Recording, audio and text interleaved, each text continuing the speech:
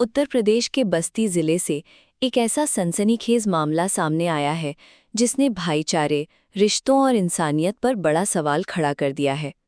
जिस भाई के साथ बचपन बीता, जिसके साथ जीवन के हर सुख दुख साझा किए, उसी भाई ने कुछ लाख रुपए और जमीन के लालच में अपने ही सगे भाई को मौत के घाट उतार दिया। इस खौफनाक वारदात ने पूरे इलाके को झकझोर कर रख दिया है।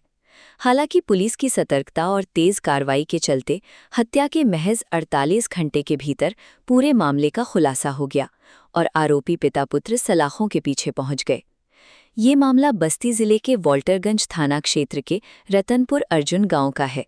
यहाँ रहने वाले बुजुर्ग बाबूलाल चौधरी की संदिग्ध परिस्थितियों में मौत होने के बाद पूरे गांव में हड़कंप मच गया था। 19 जून को गांव के पास झाड़ियों में एक बुजुर्ग का शव मिलने की सूचना पुलिस को मिली थी। सूचना मिलते ही पुलिस मौके पर पहुंची और शव को कब्जे में लेकर जांच शुरू कर दी। शुरुआत में ये मामला रहस्यमय मौत का लग रहा था। गांव में तरह तरह की चर्चाएं हो रही थीं। कोई इसे दुर्घटना बता रहा था तो कोई हत्या की आशंका जता रहा था। लेकिन पुलिस ने मामले को गंभीरता से लेते हुए हर पहलू पर जांच शुरू की।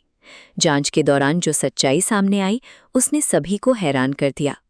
पुलिस की पड़ताल में पता चला कि मृतक बाबूलाल चौधरी की कोई संतान नहीं थी। कुछ समय पहले परिवार की जमीन बेची गई थी जिससे करीब 10 लाख रुपए प्राप्त हुए थे। इस रकम में दोनों भाइयों का बराबर हिस्सा था और प्रत्येक को 5-5 लाख रुपए मिलने थे। लेकिन यही रकम आगे चलकर एक बड़े विवाद की वजह बन गई। जांच में सामने आया कि बाबूलाल अपने भाई शिवकुमार चौधरी के साथ ही रहता था। जमीन बिकने के बाद रुपए के बंटवारे को लेकर दोनों भाइयों के बीच विवाद शुरू हो गया था। आरोप है कि शिवकुमार के मन में पैसों और संपत्ति को लेकर लालच पैदा हो गया। उसने बाबूलाल को उसका हिस्सा देने से इनकार कर दिया। इसी बात को लेकर दोनों के बीच लगातार कहासुनी और तनाव बना रहता था। पुलिस के अनुसार विवाद बढ़ने के बाद शिवकुमार ने अपने बेटे पंकज चौधरी के साथ मिलकर बाबूलाल को रास्ते से हटाने की साजिश रची। योजना के तहत दोनों ने बाबूलाल की हत्या कर दी और शव को झाड़ियों में फेंक दिया ताकि मामला दुर्घटना या सामान्य मौत जैसा दिखाई दे। आरोपियों को उम्मीद थी कि हत्या का राज हमेशा के लिए दफन हो जाएगा और किसी को उन पर शक नहीं होगा। लेकिन वॉल्टरगंज पुलिस ने मामले की तह तक पहुंचने का फैसला किया। पुलिस ने स्वॉट टीम और सर्वेलेंस टीम की मदद से तकनीकी साक्ष्य जुटाए। मोबाइल लोकेशन, कॉल डिटेल और अन्य सुरागों के आधार पर जांच आगे बढ़ाई गई। धीरे धीरे शक की सुई परिवार के ही लोगों की ओर घूमने लगी। पुलिस ने जब गहन पूछताछ की तो कई महत्वपूर्ण तथ्य सामने आए। साक्ष्यों के आधार पर मृतक के भाई शिवकुमार चौधरी और उसके बेटे पंकज चौधरी को हिरासत में लिया गया। पूछताछ के दौरान दोनों के बयान और जुटाए गए साक्ष्यों में कई समानताएं मिली, जिसके बाद पूरे हत्याकांड का पर्दाफाश हो गया। वॉल्टरगंज पुलिस ने दोनों आरोपियों को गिरफ्तार कर लिया। पुलिस ने हत्या में इस्तेमाल किए गए हथियार को भी बरामद कर लिया है। इसके अलावा मृतक का मोबाइल फोन भी पुलिस ने बरामद किया है, जो जांच में अहम कड़ी साबित हुआ। मामले का खुलासा करते हुए क्षेत्राधिकारी यानी सीओ सत्येंद्र भूषण तिवारी ने बताया कि 19 जून को झाड़ियों में एक बुजुर्ग का शव मिलने की सूचना मिली थी। पुलिस ने शव को कब्जे में लेकर जांच शुरू की। जांच के दौरान पता चला कि मृतक बाबूलाल चौधरी अपने भाई शिवकुमार के साथ रहता था। दोनों भाइयों ने हाल ही में 10 लाख रुपए की जमीन बेची थी, जिसमें दोनों का बराबर हिस्सा था। लेकिन पैसों के लालच में शिवकुमार ने अपने भाई को उसका हिस्सा नहीं दिया। इसी बात को लेकर दोनों के बीच विवाद बढ़ गया और अंततः हत्या की वारदात को अंजाम दिया गया। सीओ ने बताया कि पुलिस ने त्वरित कार्रवाई करते हुए आरोपी शिवकुमार चौधरी और उसके बेटे पंकज चौधरी को गिरफ्तार कर जेल भेज दिया है। साथ ही हत्या में प्रयुक्त हथियार और अन्य महत्वपूर्ण साक्ष्य भी बरामद कर लिए गए हैं। इस घटना ने पूरे इलाके को स्तब्ध कर दिया है। गांव के लोग अब भी ये मानने को तैयार नहीं है कि एक भाई अपने ही सगे भाई की जान ले सकता है। जिस परिवार में कभी प्रेम और भाईचारे की मिसाल दी जाती थी, आज वहीं लालच ने रिश्तों को खत्म कर दिया। कुछ लाख रुपए और जमीन के टुकड़े के लिए एक परिवार हमेशा के लिए बिखर गया। ये घटना सिर्फ एक हत्या की कहानी नहीं है, बल्कि ये उस कड़वी सच्चाई का आईना है कि जब इंसान पर लालच हावी हो जाता है तो खून के रिश्ते भी उसके सामने बेमानी हो जाते हैं। बस्ती का ये हत्याकांड समाज को ये सोचने पर मजबूर करता है कि संपत्ति की चाहत में आखिर इंसान कितनी दूर तक गिर सकता है।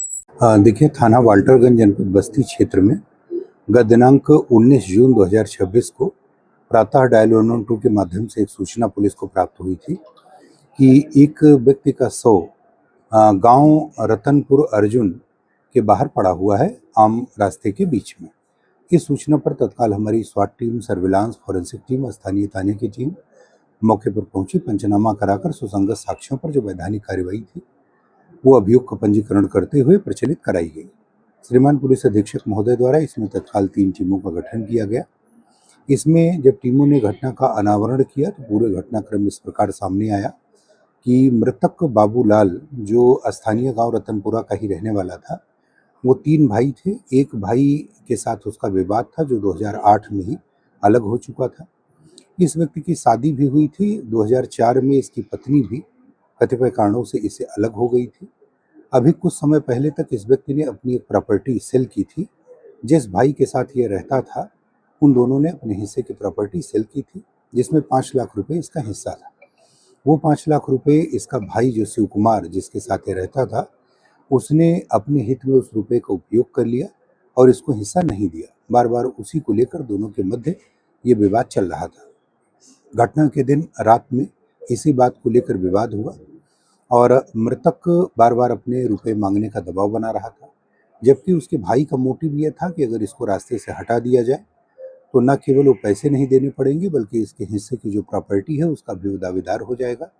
इसी योजना के तहत एक सुनियोजित षड्यंत्र करते हुए अपने बेटे को हमराह करके उसने, जब ये घर से नाराज होकर बाहर निकला, रात में करीब 3 बजे के लगभग ये घटना है, तो वो दोनों बाहर आए और फिर वहाँ उसको पकड़कर एक ईंटे से उसके सर पर वार किया, जिससे वो मौके पर गिर पड़ा और मुंह में उसका एक काले रंग का जो गमछा था जो मौके से पुलिस टीम को मिला था, उसके मुंह में ठूंस दिया और वहाँ से दोनों लोग चले गए। सुबह उन्होंने ही पुलिस को गुमराह करने के लिए इसके भाई शिव कुमार ने ही पुलिस को सूचना दिया और थाने पर अभियोग का पंजीकरण कराया। सभी साक्ष्यों को समेकित करते हुए जब पुलिस ने इस घटना के तह तक गए और साक्ष्यों को खंगाला तो ये निकल कर आया कि उसका भाई, जिसके साथ वो रहता था, शिव कुमार, और उसका बेटा पंकज, इन दोनों ने मिलकर इस घटना को अंजाम दिया है। पूछताछ और स्वीकारोक्ति के बाद साक्ष्यों के आधार पर उनको हिरासत में लिया गया। नियमानुसार वैधानिक कार्रवाई करने के उपरांत उन्हें माननीय न्यायालय के समक्ष रिमांड के लिए भेजा जा रहा है।